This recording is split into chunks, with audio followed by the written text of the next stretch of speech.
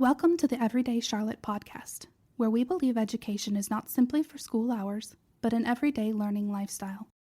On this podcast, I read a variety of living educational materials, including books in the public domain you can use to supplement your learning.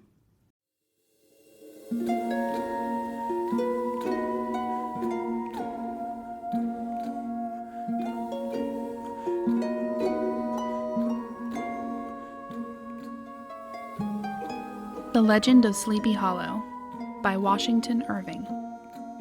The Legend of Sleepy Hollow, found among the papers of the late Dietrich Knickerbocker. A pleasing land of drowsy head it was, of dreams that wave before the half-shut eye, and of gay castles in the clouds that pass, forever flushing round a summer sky. Castle of Indolence. In the bosom of one of those spacious coves which indent the eastern shore of the Hudson, at that broad expansion of the river denominated by the ancient Dutch navigators the Tappan Zee, and where they always prudently shortened sail and implored the protection of St. Nicholas when they crossed, there lays a small market town or rural port, which by some is called Greensburg, but which is more generally and properly known by the name of Tarrytown. This name was given, we are told, in former days by the good housewives of the adjacent country from the inveterate propensity of their husbands to linger about the village tavern on market days. Be that as it may, I do not vouch for the fact, but merely advert to it for the sake of being precise and authentic. Not far from this village, perhaps about 2 miles, there is a little valley, or rather a lap of land, among high hills, which is one of the quietest places in the whole world. A small brook glides through it, with just murmur enough to lull one to repose, and the occasional whistle of a quail or tapping of a woodpecker is almost the only sound that ever breaks in upon the uniform tranquillity. I recollect that when a stripling my first exploit in squirrel shooting was in a grove of tall walnut trees that shades one side of the valley. I had wandered into it at noontime, when all nature is peculiarly quiet, and was startled by the roar of my own gun as it broke the Sabbath stillness around and was prolonged and reverberated by the angry echoes. If ever I should wish for a retreat, whither I might steal from the world and its distractions, and dream quietly away the remnant of a troubled life, I know of none more promising than this little valley. From the listless repose of the place and the peculiar character of its inhabitants, who are descendants from the original Dutch settlers, this sequestered glen has long been known by the name of Sleepy Hollow, and its rustic lads are called the Sleepy Hollow Boys throughout all the neighboring country. A drowsy, dreamy influence seems to hang over the land and to pervade the very atmosphere. Some say that the place was bewitched by a high German doctor during the early days of the settlement. Others, that an old Indian chief, the prophet or wizard of his tribe, held his powwows there before the country was discovered by Master Hendrik Hudson. Certain it is, the place still continues under the sway of some witching power that holds a spell over the minds of the good people, causing them to walk in a continual reverie. They are given to all kinds of marvelous beliefs, and are subject to trances and visions, and frequently see strange sights and hear music and voices in the air. The whole neighborhood abounds with local tales, haunted spots, and twilight superstitions. Stars shoot and meteors glare oftener across the valley than in any other part of the country, and the nightmare, with her whole ninefold, seems to make it the favorite scene of her gambols. The dominant spirit, however, that haunts this enchanted region, and seems to be commander-in-chief of all the powers of the air, is the apparition of a figure on horseback without a head. It is said by some to be the ghost of a Hessian trooper, whose head had been carried away by a cannonball in some nameless battle during the Revolutionary War, and who was ever and anon seen by the country folk hurrying along in the gloom of night, as if on the wings of the wind.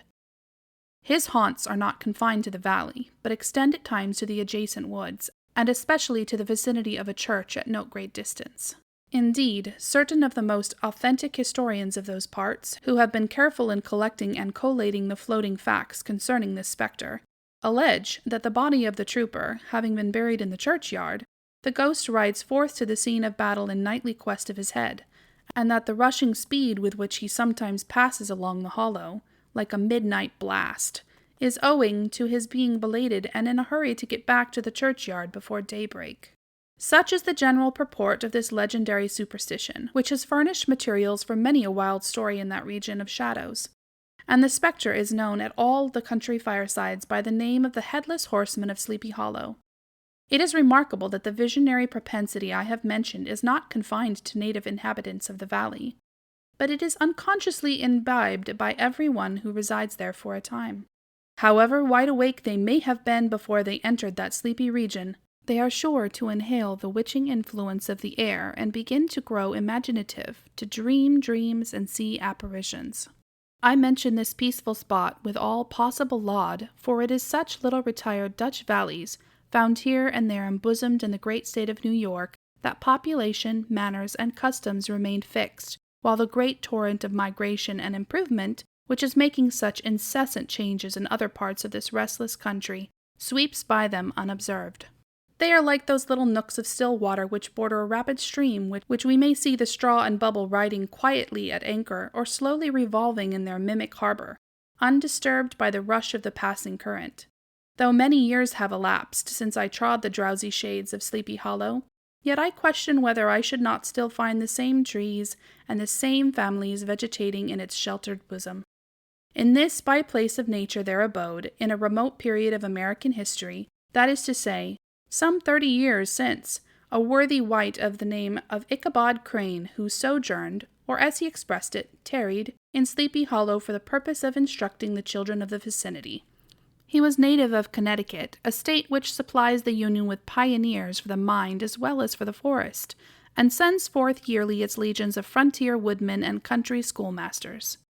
The cognomen of Crane was not inapplicable to his person. He was tall, but exceedingly lank, with narrow shoulders, long arms and legs, hands that dangled a mile out of his sleeves, feet that might have served for shovels, and his whole frame most loosely hung together. His head was small and flat at top, with huge ears, large green glassy eyes, and a long snipe nose, so that it looked like a weathercock perched upon his spindle neck to tell which way the wind blew. To see him striding along the profile of a hill on a windy day, with his clothes bagging and fluttering about him, one might have mistaken him for the genius of famine descending upon the earth of some scarecrow eloped from a cornfield. His schoolhouse was a low building of one large room, rudely constructed of logs, the windows partly glazed and partly patched with leaves of old copy books. It was most ingeniously secured at vacant hours by a withe twisted in the handle of the door, and stakes set against the window shutters so that, though a thief might get in with perfect ease, he would find some embarrassment in getting out, an idea most probably borrowed by the architect, Joost van Houten, from the mystery of an eel pot. The schoolhouse stood in a rather lonely but pleasant situation, just at the foot of a woody hill, with a brook running close by, and a formidable birch tree growing at one end of it.